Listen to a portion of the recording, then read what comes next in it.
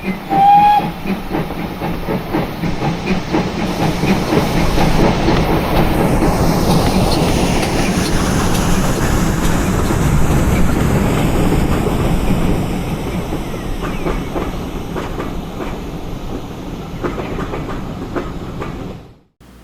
everybody and welcome back to another workshop diary video. Today we've got a Dapol Manor on the workbench today, or table.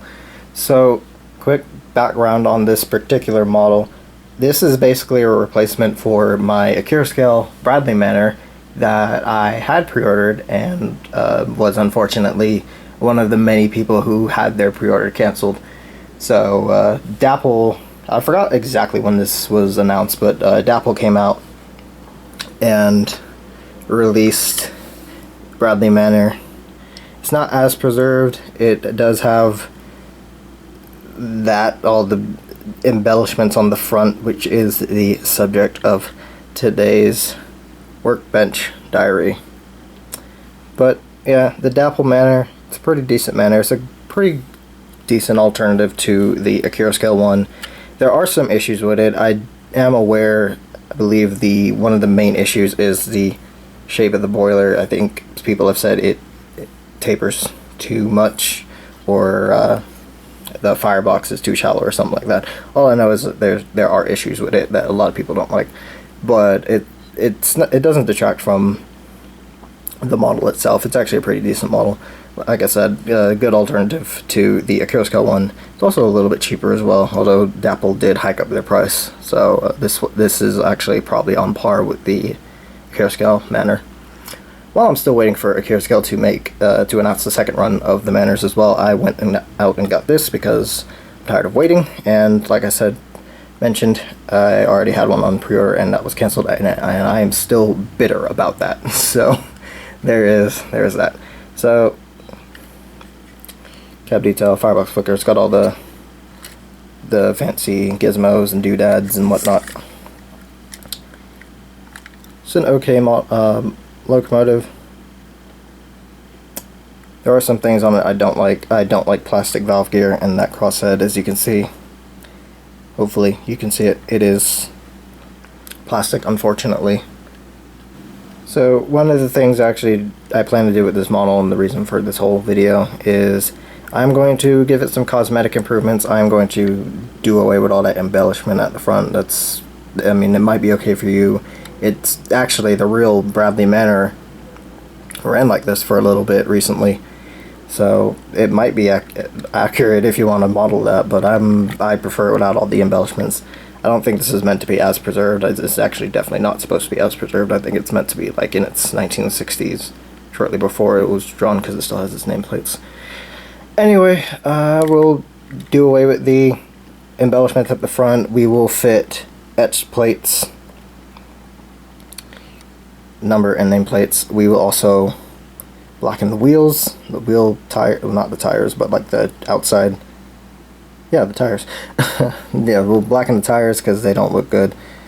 I'm going to try and do something about that crosshead. Not much I can do because, one, it's already black, and two, it's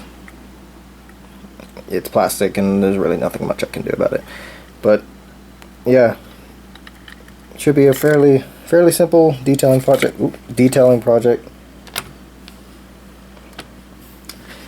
The tender is okay. There's really nothing much we can do to the tender. The coal load is removable, as you can see, so I'll put some real coal in that.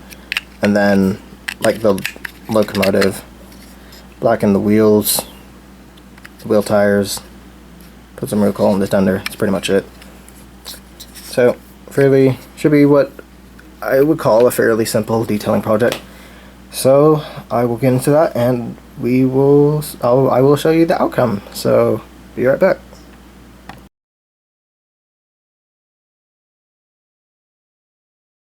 Right, so number one thing I'm going to do, the first thing and the most important thing, at least in my opinion, I'm going to do to this model is remove that. There we go. And I'm going to remove that as well, because we don't need that. That looks much better. Much better. Right, now to the actual detailing. Right, moving on to the tender. Same thing we did to the locomotive. Here we go. Take... Oh, come on. Take that out.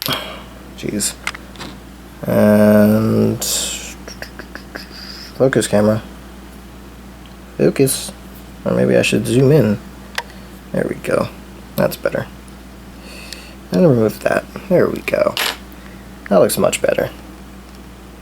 Oh yeah, I forgot one more thing. So, in order to remove the smokebox door, Dapol will give you a tool provided in the little detail bag. And said tool is this long piece of plastic here, which you use this end to wedge between the door hinges and pry it off. If you're going to DCC fit this, you then use this little end here with the little nub, and that slots into the tray, and that pulls the tray out. That comes with the PCB and the decoder all attached, and the little speaker. They all come attached to that little tray. However, I'm not going to use the said tool because I've discovered with this particular model that the door is not held on very well. So if you have your nails, or if you've grown your nails out, there you go. So this is the part of the modeling where you are going to need a paintbrush. You may be able to get away with doing this with a marker, but for obvious reasons I'm using a paintbrush, and I think you should as well. So we're going to be painting all the little embellishments around the smokebox door. As I've stated, I personally don't like them, and the prototype doesn't have them at the moment. So what we'll be using for that is some Vallejo black. You can use whatever paint you want, be it Tamiya, Humbrol, AK, Rebel. It really doesn't matter as long as it's black, but I'm using Vallejo simply because I want to, and my Tamiya black is currently a boopy mess at the moment, and I'd rather not deal with that. So I'm going to crack on with this. I will thin it down ever so slightly just so I can have a nice even coverage of all the embellishments like the hinges and the smokebox dart. So I will come back to you once we have that done. So I've got some Vallejo black on my little palette here. I put some thinner. I don't know if you can see it, but just going to mix that up. I put a drop of thinner, a very small amount, but we're going to mix that up just using a rather old discarded brush that I no longer need. Just mix it up real good there. And there we go. Now we can get on to painting.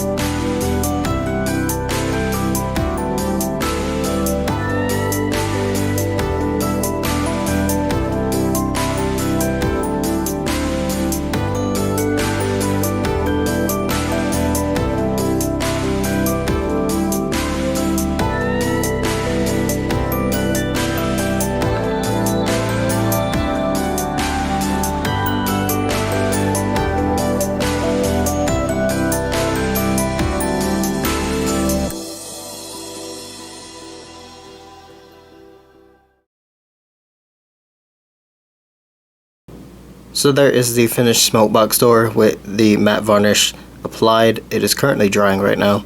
So while that is doing that, we will turn our attention back to the locomotive and to the guard irons on the bogie.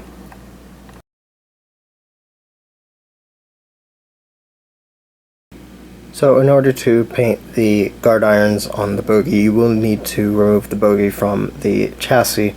Now you can do this with the bogie in place, however, it probably will be a little bit more difficult, and I would recommend removing the bogie anyway. So you need to remove this screw, and then under this screw, I'm not entirely sure if you can see, but there is a spring and also a washer. You can just about make out the washer here where the bogie sits on. So if you want to, you can have a tray nearby to put all your stuff in so you don't lose things. But I'm going to remove the bogie, and then we're going to remove the wheels from said bogie, and then we'll paint the guard irons.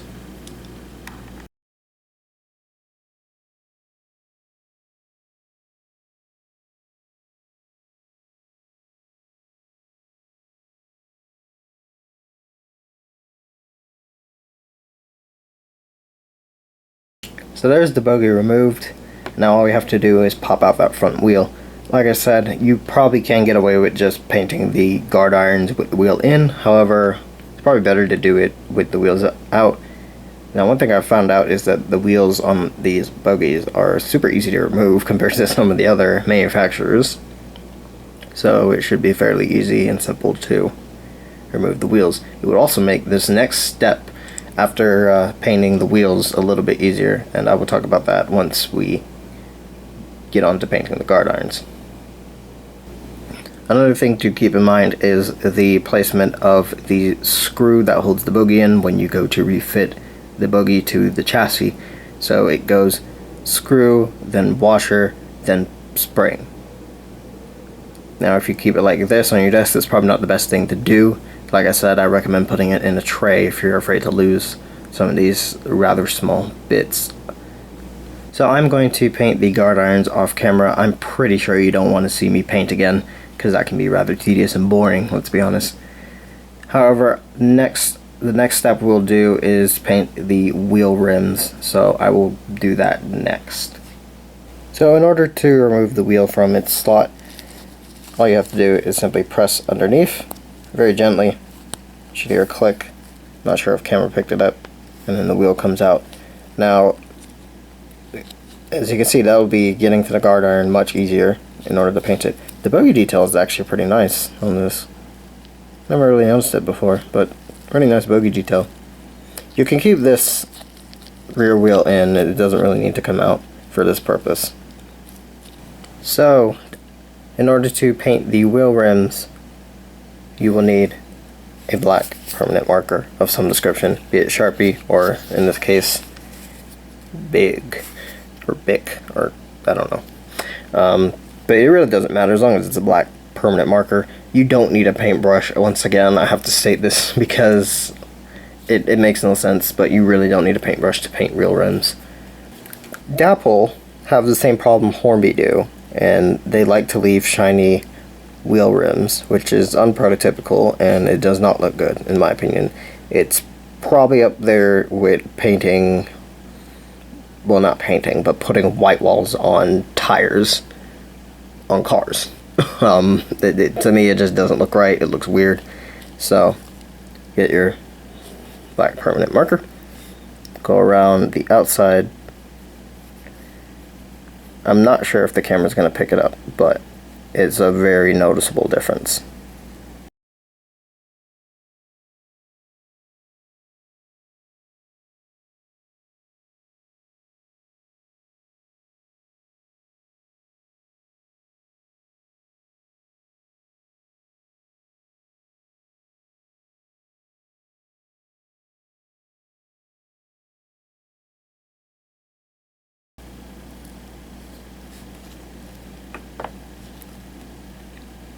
And there you go.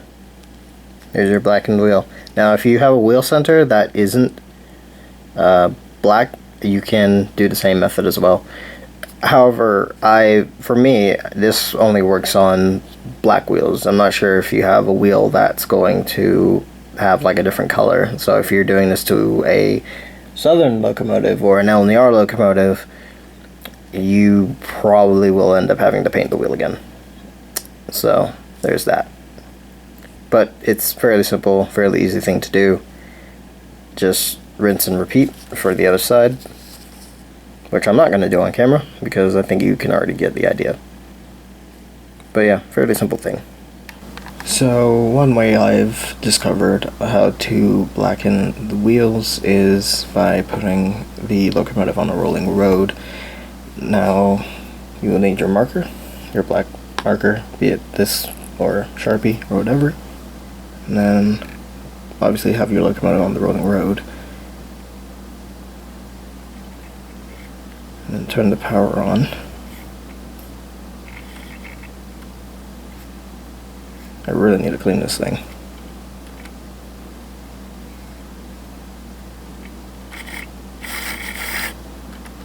Come on. There we go.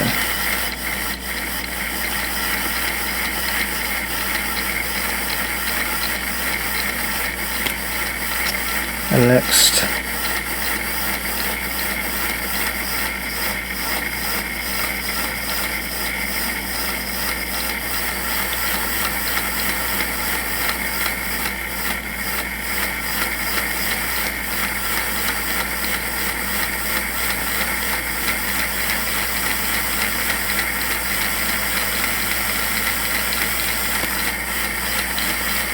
simple as that.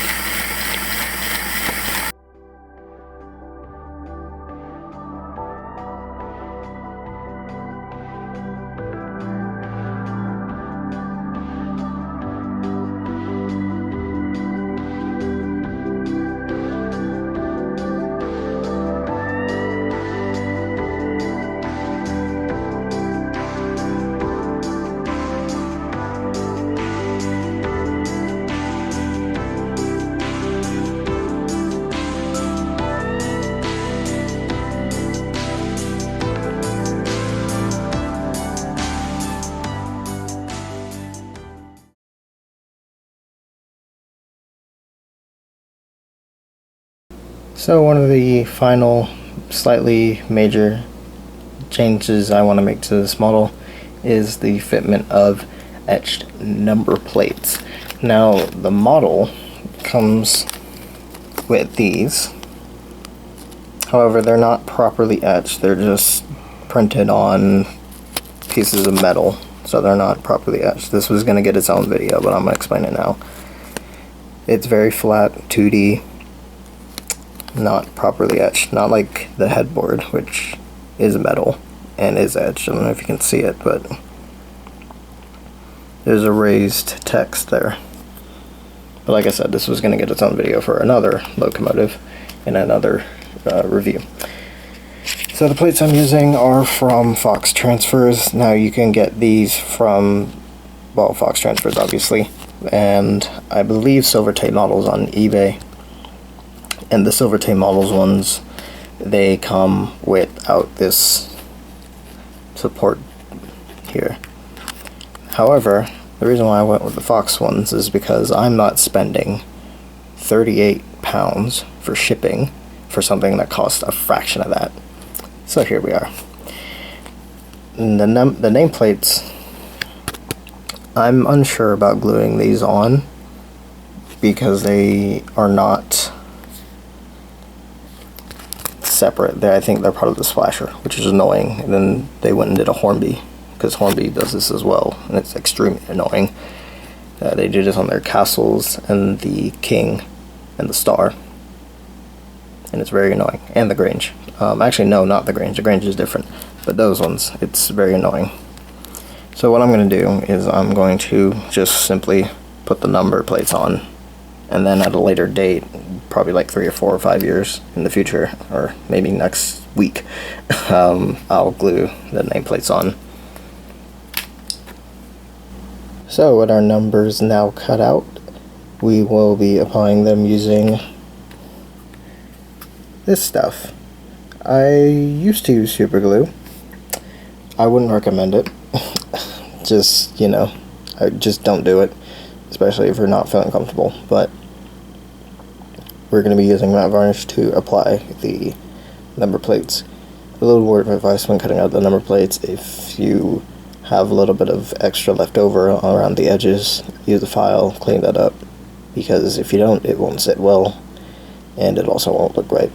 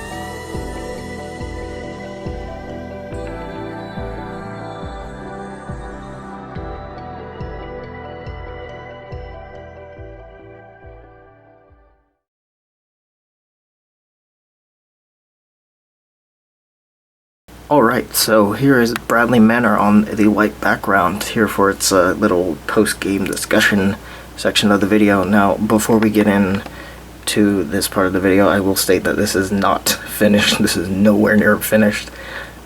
This is probably around like 90%, to be honest. But the main reason why I'm doing this is because I am so far behind with this section of the video, and this project has gone on so long that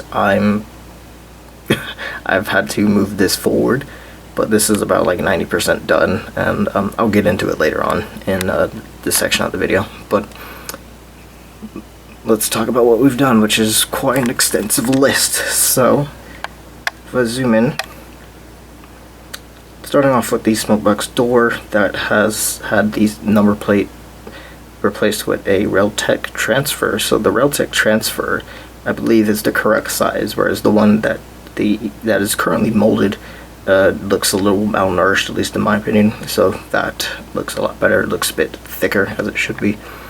And also we painted the little hinges on the smokebox black, because if you remember how this started out, this was a fully decked out special Cambrian, I think, or end of steam or whatever. I actually don't know what it's called. I think it's probably called like a bolt out or whatever.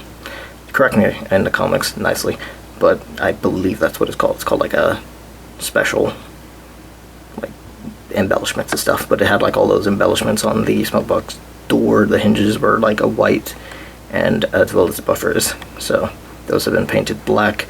And then this originally had a gloss varnish, but it looked really bad upon reflection, and I since have toned it down with satin varnish, and that looks a little better. I think you'll agree. The shed code is still the same because I believe Bradley Manor still has the 89C shed code. Moving now towards the buffer beam, we have ripped out the original coupling hook. Those are fairly easy to remove. They are held in with very little glue, as opposed to like other manufacturers where they're really hard to remove, and I actually have to drill out the hole, which I really don't like doing. But yeah, that has been replaced with a Accurascale coupling, and then behind that, the coupling pocket has been shaved off a little and filed down because the coupling keeps getting stuck on the pocket, or at least it did when it was at original length, but it still gets stuck even though it's shaved down. And then with the buffers, those have been blackened with a Sharpie, and because once again these had embellishments on them, so those were blackened with Sharpie, and then they received some sort of weathering, as you can see. And speaking of weathering, unfortunately there is stuff I still need to do. I don't know if you can make it out, but there's a lot of overspray from something I'll mention later on. But yeah, this has been on the back burner for a while, unfortunately, and I would have liked to have had this done prior to filming this section of the video, but I've had to push this forward, unfortunately. So once again, does not look good. We'll save final thoughts for later.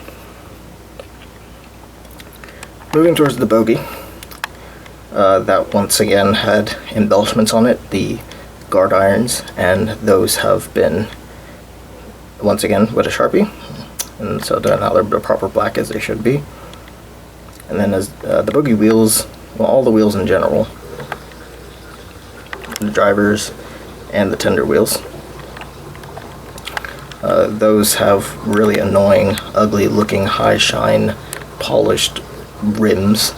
I don't know why, but Dapol do this, and Hornby also do this as well, and it's really annoying, but don't know why they do it, but it is what it is, and that has been Sharpied, so for lack of a better word. And as you can see, there is a contrast between the actual black and what I'm assuming is black gray, because that is not black, and there's a massive contrast, at least under the light, but normally you can't really tell. So unless you spray varnish over this, which you probably should, you probably can get away with it. But yeah, it's just a contrast. It's a little annoying, but once again, it is under the light. Right, so this was a last-minute addition. This is something I'd like to discuss, the chimney. So it's properly painted in a proper copper, because the paint that Dapol used, I didn't particularly like. It looked a little too brass instead of copper, and the chimney was fairly easy to remove. It just popped out with some, tweezers and a little bit of force, but unfortunately I dug a little too far deeply with the tweezers, so you can see there's a little bit of a mark there, but I guess that adds to realism to some degree. I do apologize for the shaky camera work. I'm actually using my camcorder instead of my phone because I do not like the microphone on my phone. So, but yeah, it looks a hell of a lot better in my opinion. It's probably on par with the Accurascale Manor. And then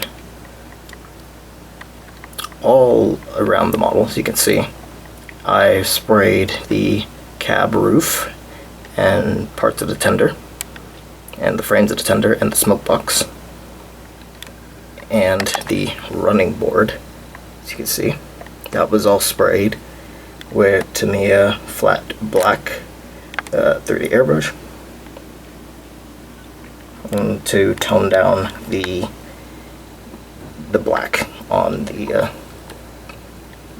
you probably can use like proper matte varnish, but I wanted to use this because this was from a post that I saw and I wanted to try it out.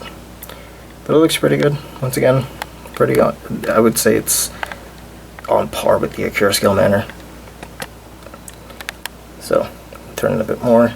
Another thing I've done is paint the crosshead piston there.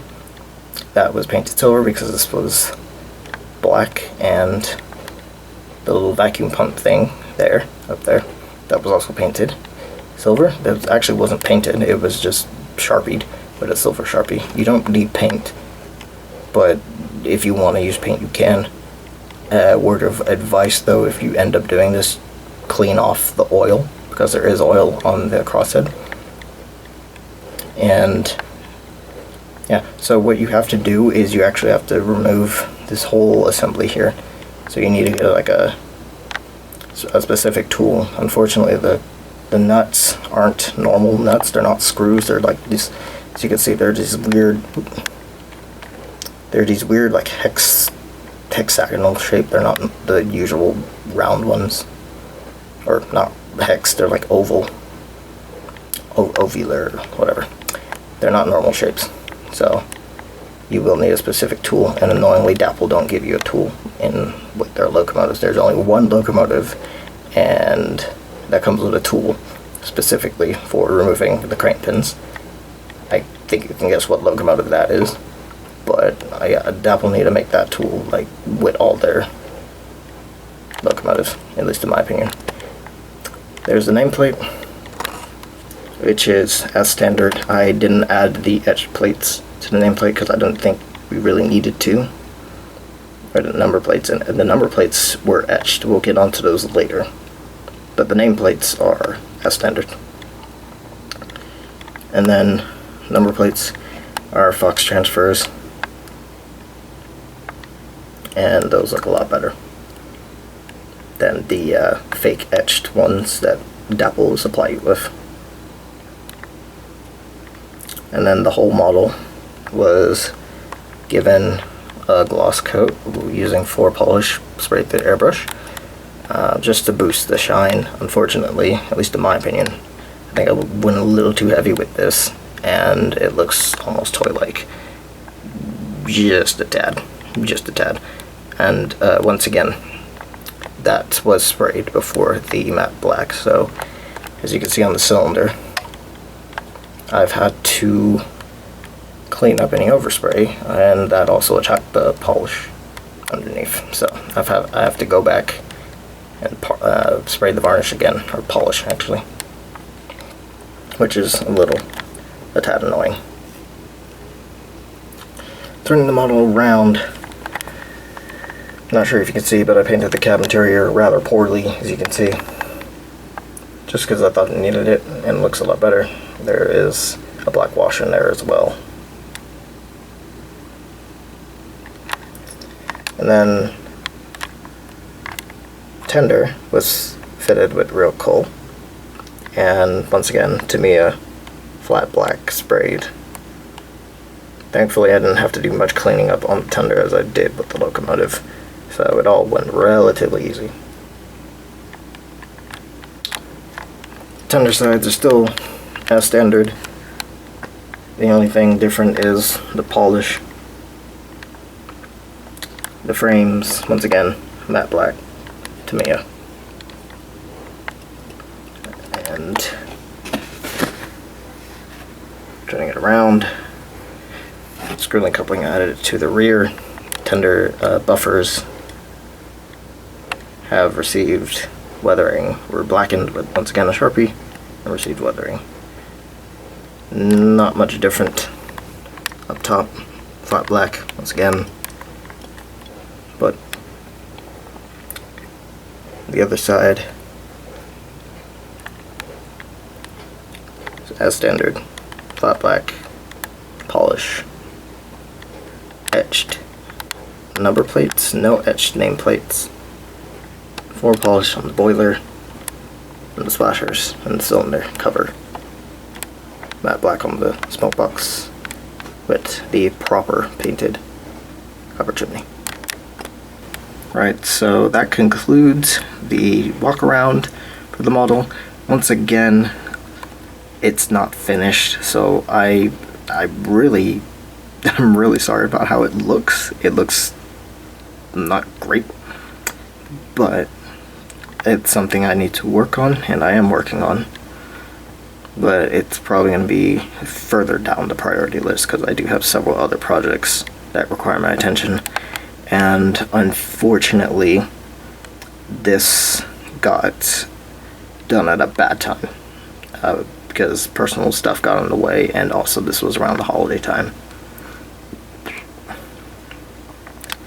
So this had to take a back burner, and also the previous project, the 04, was giving me a little bit of a headache, and I was rushing to get that done.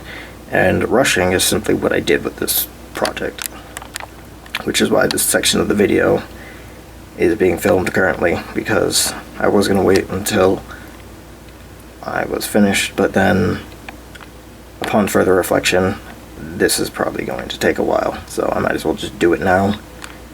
It's very much a work in progress, so again, I apologize for how it looks. It does not look good, but it's something I'm working on. So in terms of difficulties and things that have been challenging, so upon the tender wheel weathering the tender, I thought it was prudent to remove the wheels, which I don't recommend doing because they are not fitted properly to their axles and they slide around, and it caused the wheels to be out of gauge multiple times, especially when I was fitting them back into their slots. And that was a very annoying task.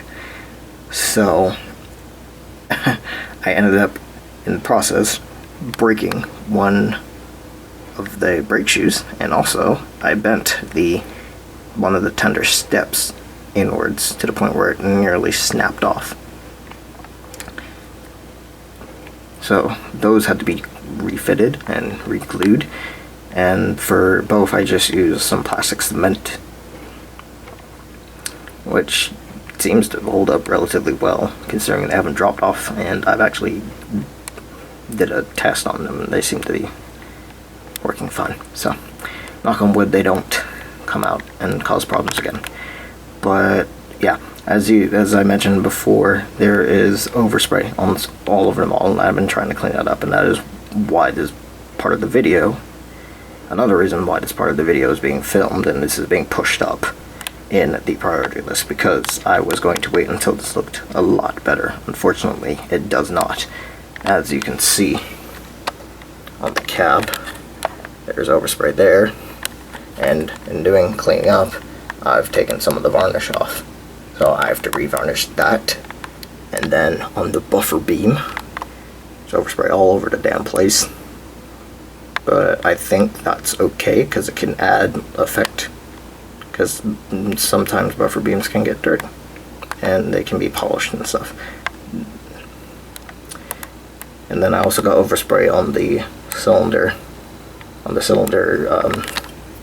covers. Where's my toothpick? I also got overspray on the cylinder, this bit. So I've had to clean that up, and it looks worse on one side than it does on this side. This side is relatively fine. The other side, on the other hand, that's not fine. It looks really bad. But I still need to clean the wheels so this thing can run, especially the tender wheels, because one of them is completely black, and I was in the process of doing that. I might fit the etched nameplates at some point. I don't know when, but I might change my mind on them, but they look fine. Number plates are fine as well. So I think that's all I wanted to mention. Could have gone better.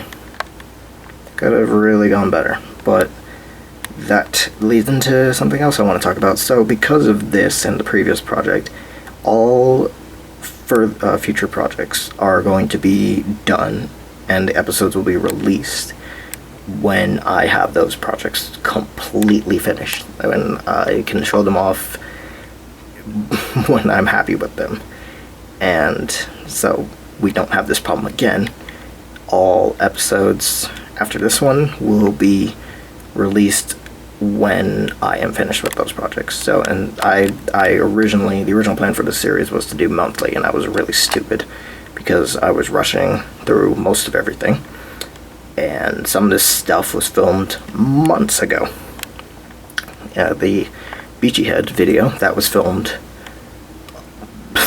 like in November 2024, and then the post-game discussion wasn't filmed until the summer of 2025, and that has been done for a while.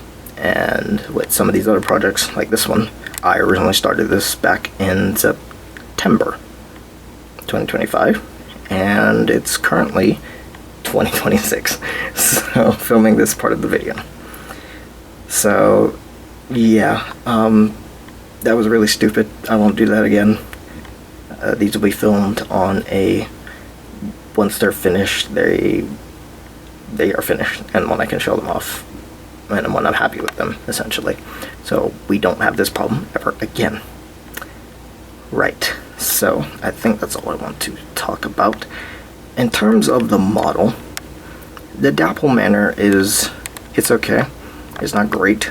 There definitely are issues with it, and I think I pointed out some of the issues at the beginning, but it's an okay model. It's if you want a Manor, I would go for this one and the Accuracy one. They're both really good, in my opinion. I know I'm sounding like a broken record, and I don't know what the hell I'm talking about, but so in terms of the model, the Dapol Manor is not great. There definitely are some things wrong with it, but there are some things that are better on the Accuracy one than are on this one, and vice versa. Apparently this thing has a better mechanism. This thing has a 5-pole motor. The Accuracy one has a little rinky-dinky little 3-pole motor crammed into the firebox. I don't like that, but it is, I mean, they're both good. This is cheaper, or at least it was. I don't know if they changed the price on this or not, but this was like, I got this for £119 from Rails of Sheffield before the tariffs happened. So make of that what you will. I think they're being sold for like 140 something, whereas like the Accuracy Manor has been bumped up in price. It's now $189.99, and unfortunately there is no second one for Bradley Manor. But if you want to do this to your own Dapol Manor, I would recommend having a go. I actually based this off of a blog post that I saw on RMweb, so I'll link that, and I've followed it relatively closely. I've deviated every now and then, I think, but yeah, I'll link that in the description. And I think that's all I want to talk about. So to recap, future episodes will be done on a when they are finished basis. So the next project, I think, is a repaint of a locomotive. If not that, it's going to be like a renumber, slightly modifying a model. It's going to be one of the two, because they're very close in terms of projects, because I've actually started them. But in terms of the repaint project that I've got, I'm waiting on a new camera, because I actually want to test that on that project. But yeah, once again, future episodes will be done on a when they are finished basis. So instead of monthly, which was a really stupid thing, and I will never do that again, that will be the thing going forward. But yeah, thank you for watching if you stuck around this long, and I will see you in the next video. Bye.